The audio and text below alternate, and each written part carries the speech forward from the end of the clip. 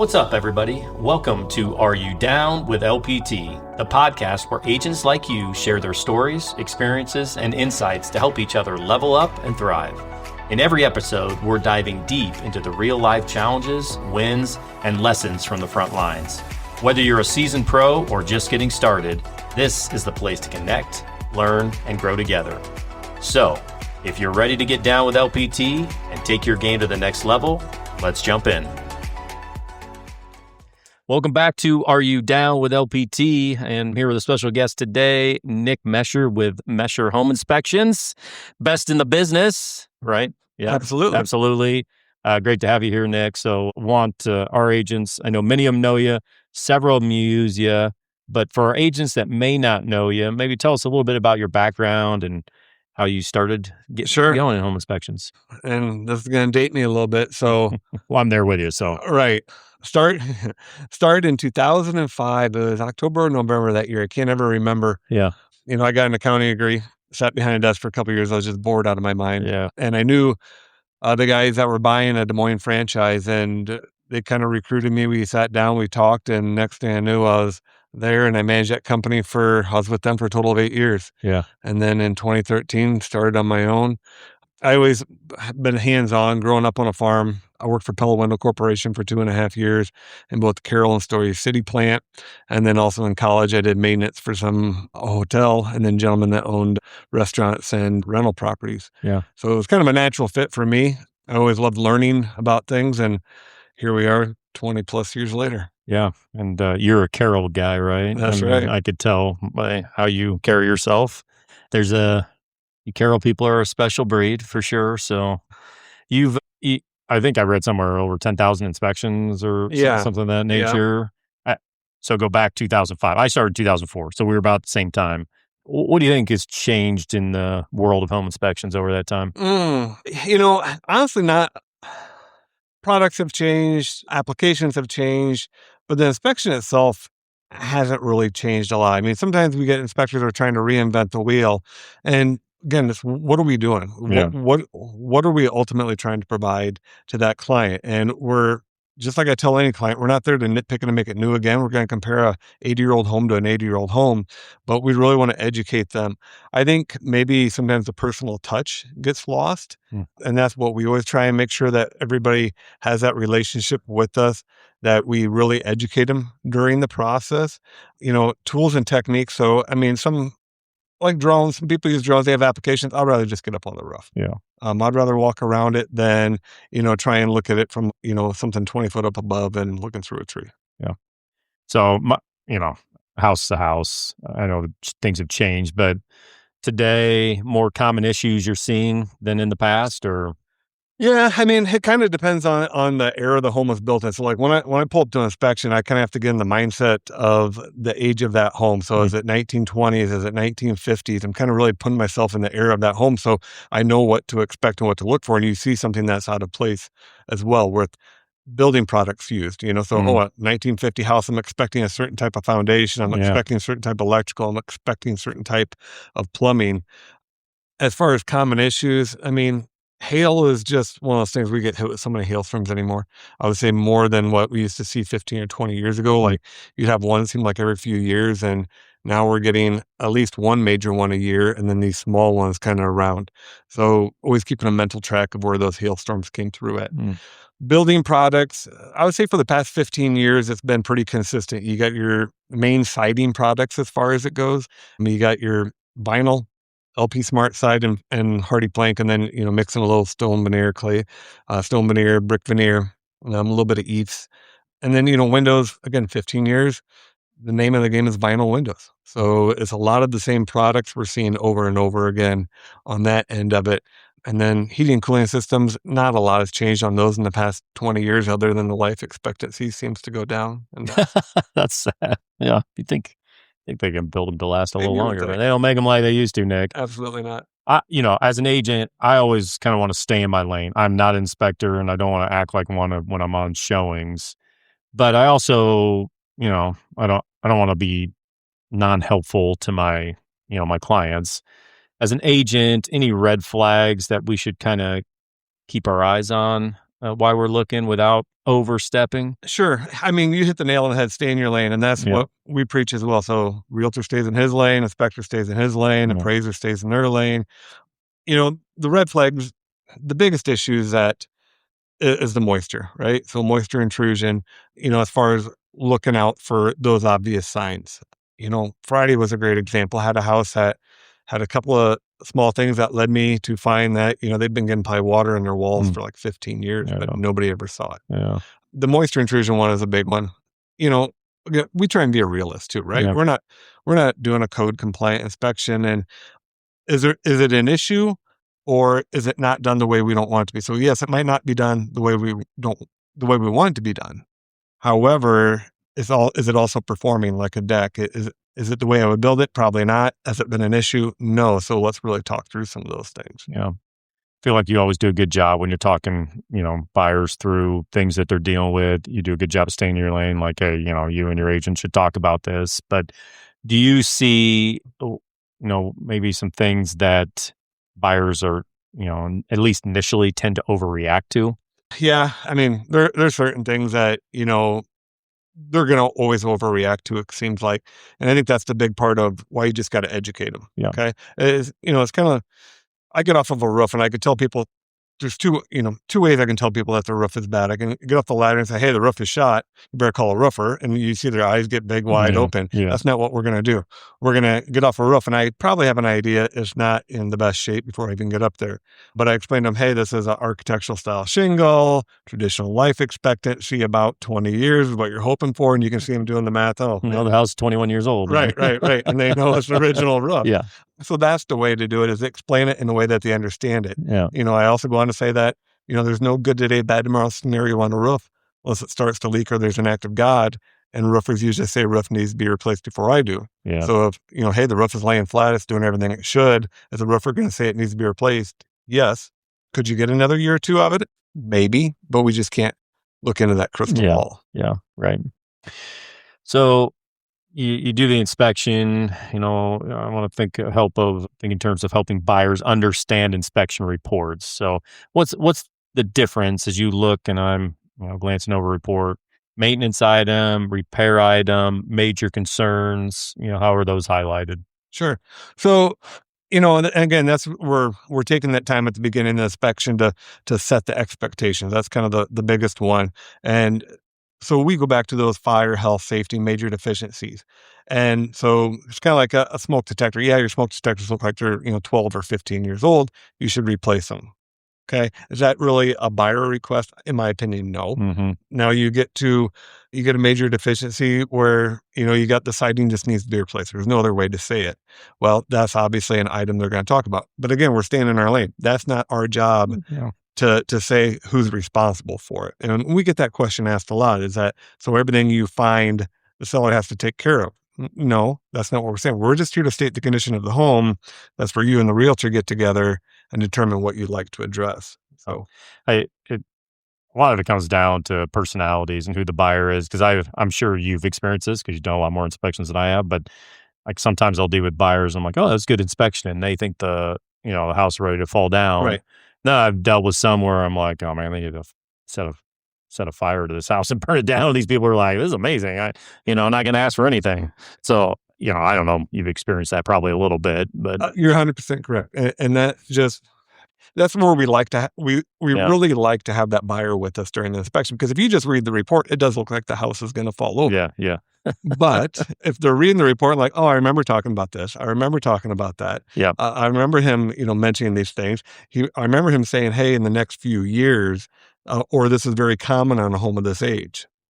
So I go back to that because you said, hey, like the the buyer to be there. Usually when I'm talking, with my buyers, I'm like, okay, hey, home inspection, hour and a half, however long it's going to be. I would show up for the last half hour. You can be there for the whole time. I don't think you need to be following the inspector around. Is there a suggestion you would make to us as agents on that? I would always encourage them to be there. If they can, the whole inspection, great. They're going to get their money's worth that way. If they can't, at least be there for the last half hour. If we're starting the inspection at 8:00 in the morning, show up by 9:00. Yeah. And then we can walk them through the different things that we're running across. Because again, being able to see it, is a lot different than just looking at the report. There are parts of the inspection, as you've been on before, that get pretty boring. As we're going room by room, okay, walls, ceilings, doors, windows, we test the outlets. So it's the main exterior, okay? And then especially when we get down to the basement, your furnace, your water heater, we talk about the air conditioner, your water shutoffs, changing the furnace filter out, electrical panel.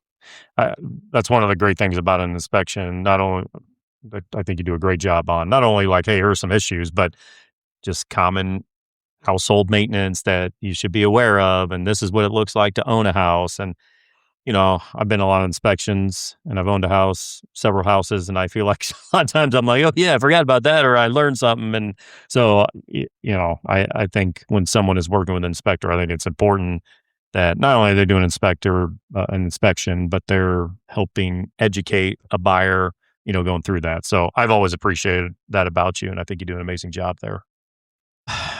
New construction, I think agents, buyers, everybody kind of goes back and forth on new construction.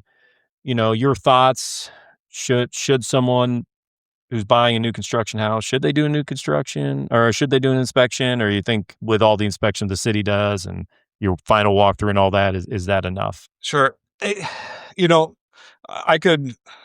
I can see people's point of why you don't need to have an inspection on new construction until we really get to talking about it.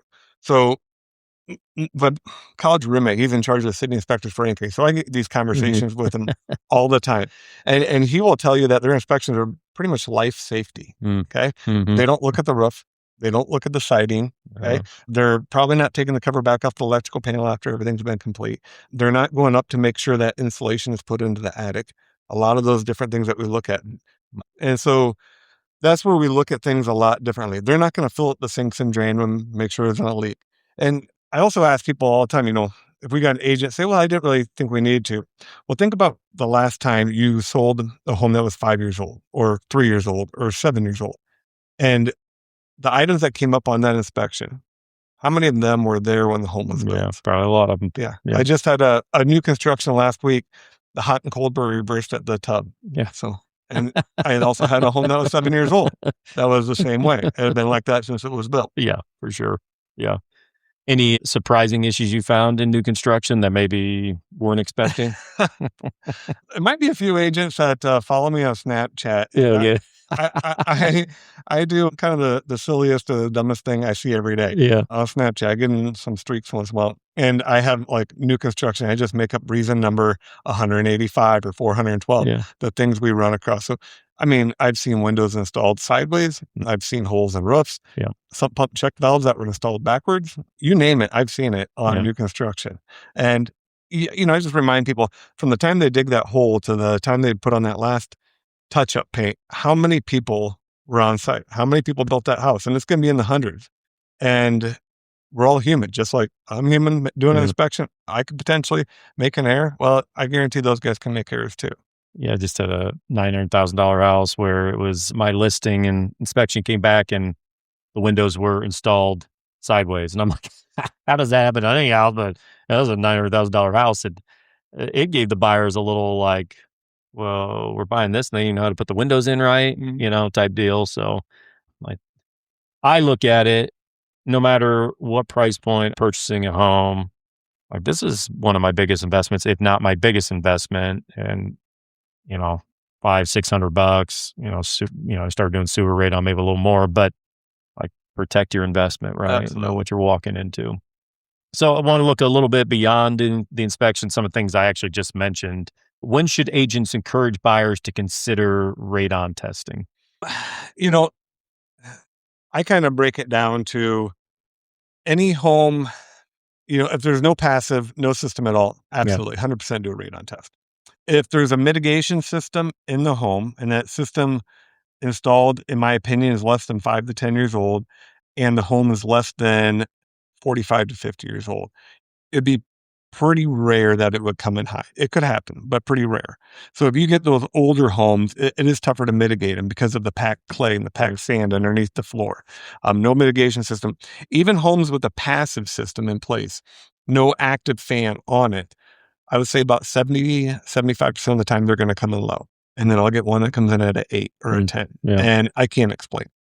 So those are kind of my takeaways on it.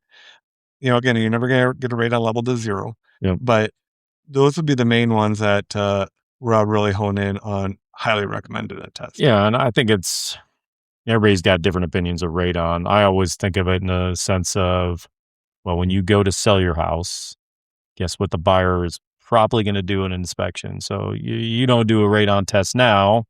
That's great. You could maybe think whatever you want about radon, but that next buyer may not, and good chance they're going to do it. And if levels are high, guess who they're going to ask to mitigate the thing. So I think handling that, what are they, 125 today? 125 for a radon test. Yeah. And, the interesting thing is now we're 18 years ago, we tested 7, 8, 10% of homes. Today, we're testing probably 45% of homes. Yeah. And even homes with a mitigation system to make sure still doing it. Work. Yeah. Definitely much more normal than it was. What about, sewer scope? Sure. Sewer scope, as well as I'm never going to try and talk anybody out of doing. Riley, who we partner with, does a phenomenal job. Between us and Nathan, he explains things the same way. Let's be realistic. What are we looking at here? Is it a new home? Is it a 10-year-old home, a 30-year-old home, 100-year-old home? But you just never know. I mean, I've got a property an investor property I bought years ago, didn't have a sewer scope done on it. Well, guess what? Yeah, replace sewer line. So at the end of the day, a $250 sewer scope versus a $10,000 to $15,000, $20,000 sewer replacement is different. Even on new construction, we see them do quite a bit, and odds are low that it's going to be an issue, but there's only one way to find out. Yeah. I sold a house, this was probably 10, 15 years ago, and it was an older part of Urbandale, but they'd ripped down the house and they put a new house in there, and she's in there, did not do a sewer scope, and she's in there a month later and realized it was never connected. Yeah. And she found out. So that ended up being quite an expensive fix for them. But yeah, I guess that'd be another thing where you don't want to run into, you talked about your investment property, but kind of want to know, Orangeburg, I'm sure, is something that comes up quite often. Orangeburg, even just your 90s, 80s homes that are cast iron, especially maybe if you're in West Des Moines, where they have a little bit of a harder water, we'll say, and then the scale, or just how they're rusting out, or if they got a water softener that's regenerated and dumping a bunch of salt in there. And you wouldn't think the 1990s home and the bottom of it's just rotting out. Yeah, interesting. I mean, you just never know. That's why you do. What's the sewer scope? I think they're $250 is what he's charging. And that, I mean, again, for what the cost is, especially when you're talking, the sewer line goes underneath the ground, 100 foot out, and it's underneath the street, and they're having to dig up the street, replace the street. Yeah.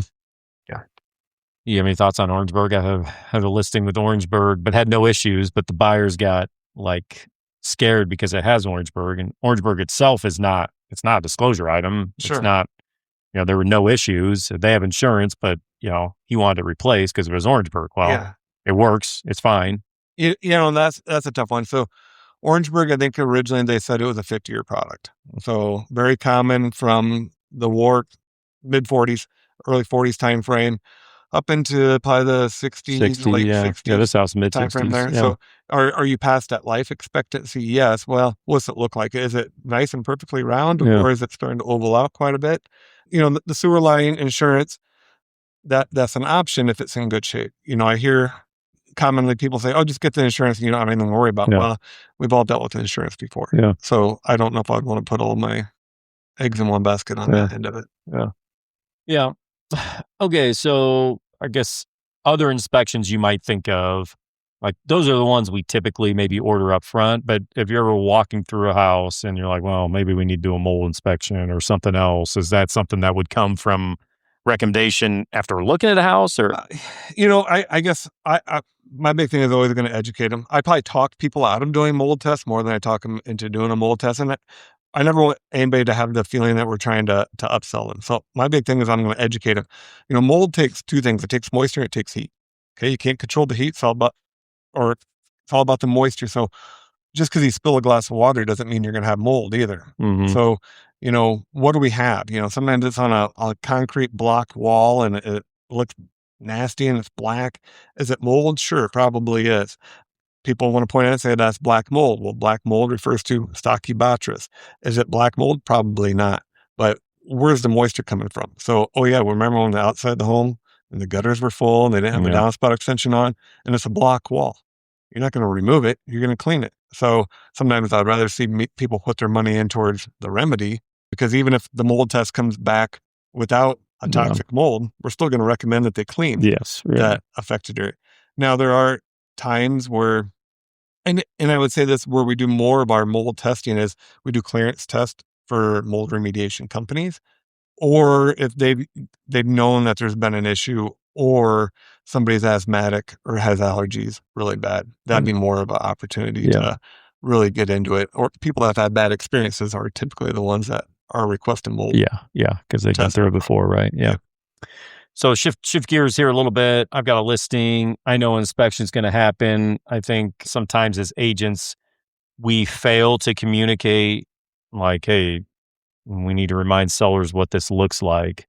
But what can listing agents do to, help the inspection go smoothly? Sure. That's a great question. It's easy for us, me and you, we've done this for 20 years, and we become kind of immune to it, or we forget the kind of the emotional state that buyers and sellers can be in. And so letting making sure that seller knows that, hey, the buyer is going to be here for the inspection.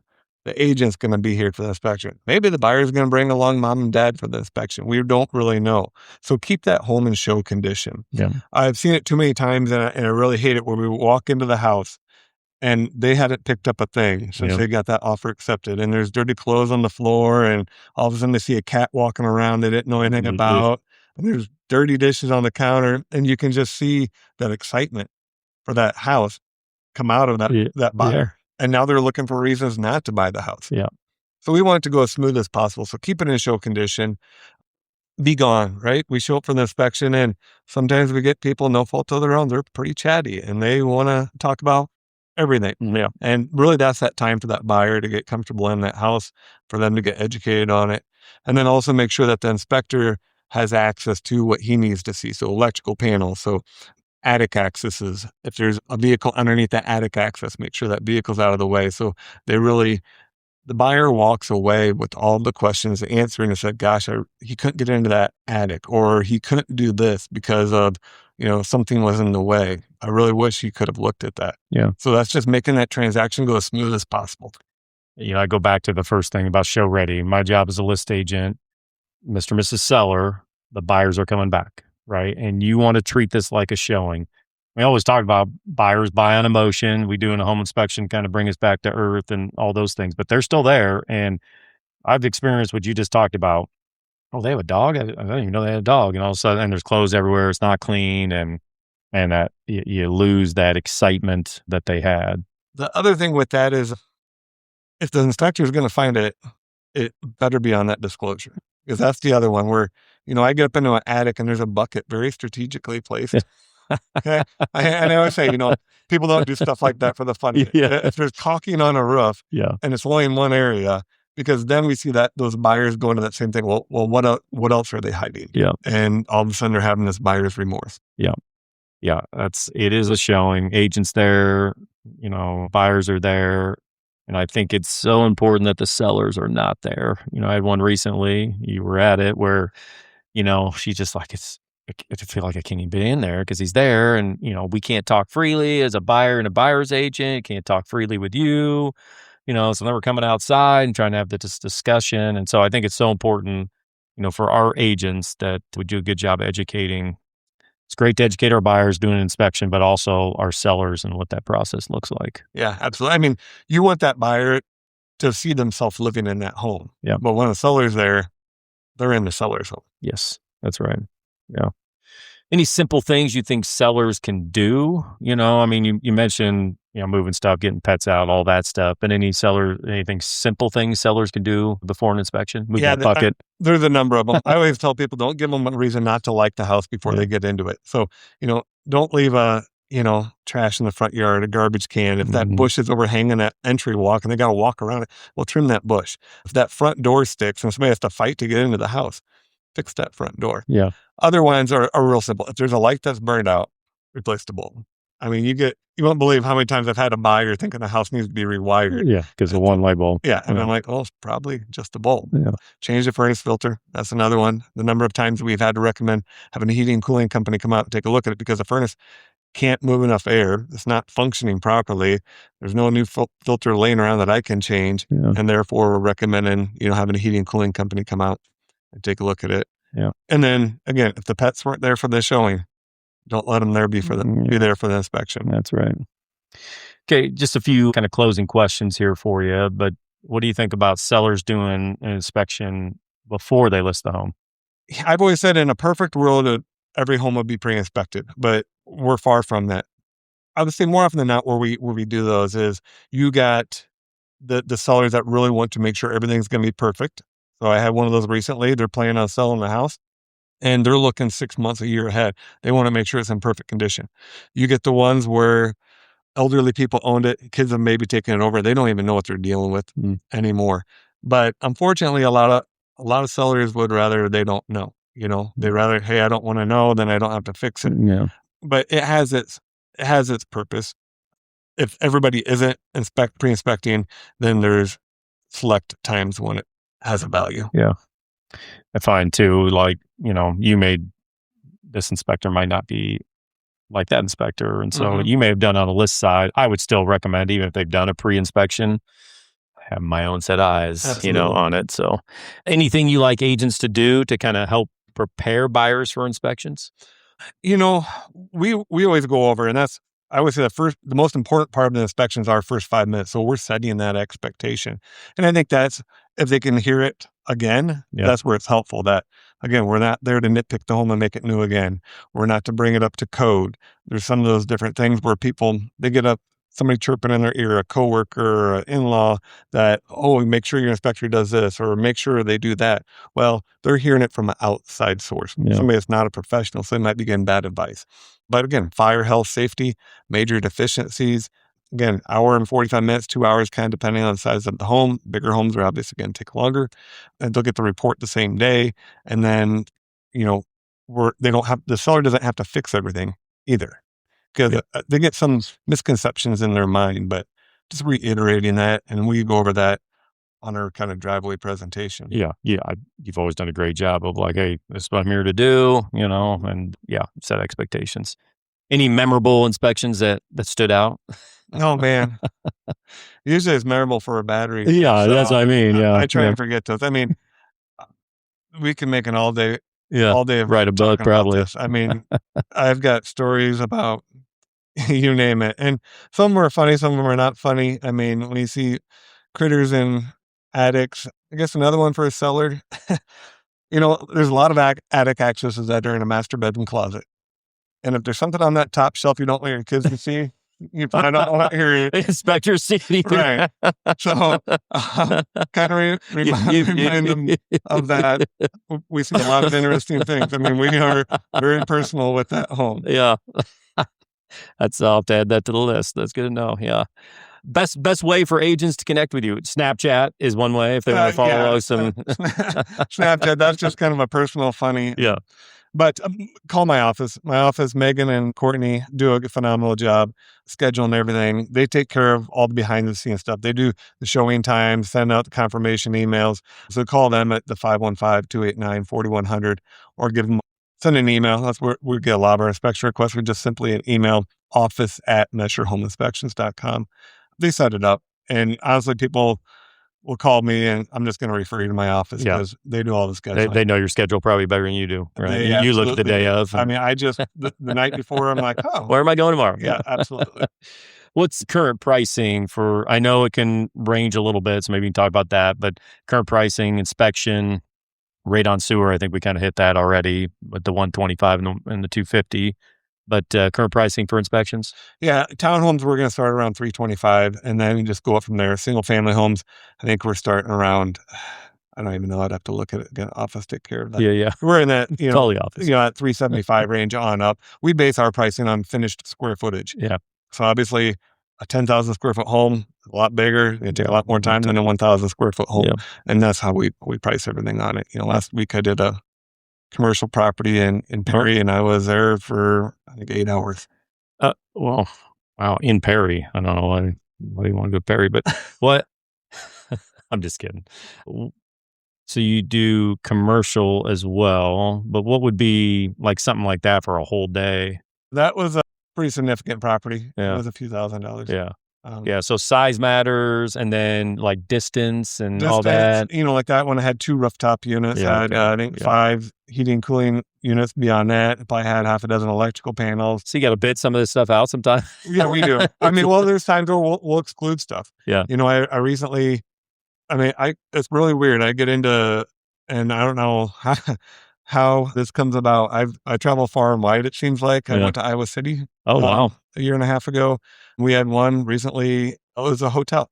And they wanted just specific things. Somebody was looking at purchasing a hotel, and somehow they got a hold of my information. They really wanted me to do it. And so we were looking at just the roof, the exterior, different things. So some of those we just kind of have to, it's almost like an a la carte, but that's on a more of a commercial side. Yeah. The house, we really want to do the whole home inspection. Yeah. But every once in a while, we get into some real unique situations. Yeah. We got one that we just got contacted to go about an hour and 45 minutes away, and You're doing it. I think so. Yeah. I mean, Yeah. you just have to bid it accordingly. Follow you on Snap for more. Follow along on the journey. Yeah, I lose more of my humor comes out. On the inspection, I stay pretty even keel, but I have a little more fun with it on Snapchat. Any final advice for agents who want a smoother inspection, negotiation, all that stuff? Again, set those expectations, or, again, I get it. Buyers get really excited, especially first-time home buyers. Well, they want mom and dad there. Yeah. But, again, really encourage them that this is the time for them. And so if you got 5 people trying to point something out to the Makes it inspector, tough. Yeah. you're really distracting the inspector. Yeah. You're not helping them. I had one last week. Dad showed up. He wanted to be the inspector. And Imagine that. right. And so let the inspector do his job. And I say that for agents as well. Go way back to when I used to do new agent training classes. But let the target be on the inspector, because if realtors start saying things, now they're becoming the professional, and don't put that target on your back. That's 100%. We encourage our agents, again, go back to what we were talking about at the beginning, stay in your lane, right? Yeah. Yeah. Nick, we appreciate you. You obviously been doing this 20 plus years now. You do a phenomenal job. I think for any of our agents who are looking for an inspector that you trust, they're going to do a good job, communicate well with your clients. Nick certainly is that guy. And be sure to reach out to Mescher Home Inspections. Nick, appreciate you. Thanks, Kyle. I appreciate you. Thank you. That's a wrap for today's episode of Are You Down with LPT? Thank you so much for tuning in. We hope you get some valuable takeaways to apply to your journey. New episodes drop every Friday, so make sure to subscribe so you never miss out. And hey, if you have your own story you'd like to share or questions you'd like to dive into, hit us up. Until next time, stay down with LPT and keep leveling up. Catch you in the next one.